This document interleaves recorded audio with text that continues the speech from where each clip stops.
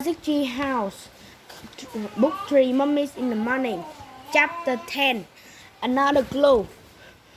Late morning sunlight shone through the treehouse window. Shadows danced on the walls and ceiling. Jack took a deep breath. The treehouse was back in the Frog Creek woods.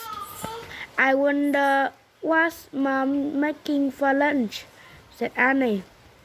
She was looking out the window. Jack smiled. Lunch, Mom, home. It all sounded so real, so calm and safe. I hope it's peanut butter and jelly sandwiches, he said. Boy, this place is a mess, said Annie. We'd better make it either in case Em come back. Jack had almost forgotten about Em. It will we never meet Em? Jack wondered. The person who seems to own all the books in the treehouse. Let's put the Egypt book on the bottom of the pie, said Annie. Good idea, said Jack. He needed a rest before he visited any more action storms. Let's put the dinosaurs book on top of the Egypt book, said Annie. Yeah, good, said Jack. He needed a long rest before he visited another Tyrannosaurus Rex. The castle book can go on every top of the pie, said Annie. Jack nodded and smiled. He liked thinking about the night on the cover of the castle book. He felt the night was his friend. Annie, said Jack, look.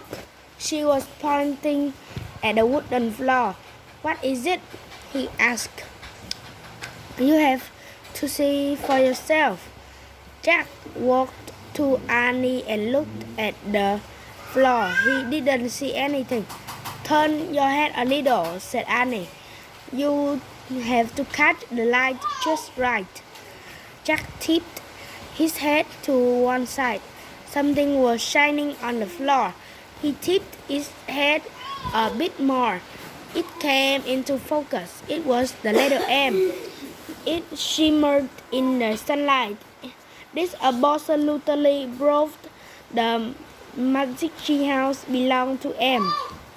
There was no doubt about it. Jack touched the M with his finger. His skin tingled. The leaves trembled. The wind picked up. Let's go home now, Jack said. Jack grabbed his backpack. Then he saw Annie climb down the ladder. Then they stood on the ground below the treehouse. Jack heard a sound in the bushes. Who's there? He called. The woods grew still. I'm going to bring the medallion back soon, said Jack loudly. And the bookmark, too, both of them, tomorrow. How are you talking to? Said Annie. I feel like Em is nearby, Jack whispered. Jack's Annie's eyes grew wide. Should we look for Em? But just then their smaller voice came from the distance. Jack! Annie! Jack and Annie looked around at the treehouse. They looked at each other. Tomorrow, they said together. They took off, running out of the wood. They ran down the street. They ran across the yard. They ran into the house. They ran into the kitchen. They ran right to their mom. She was making peanut butter and jelly sandwiches.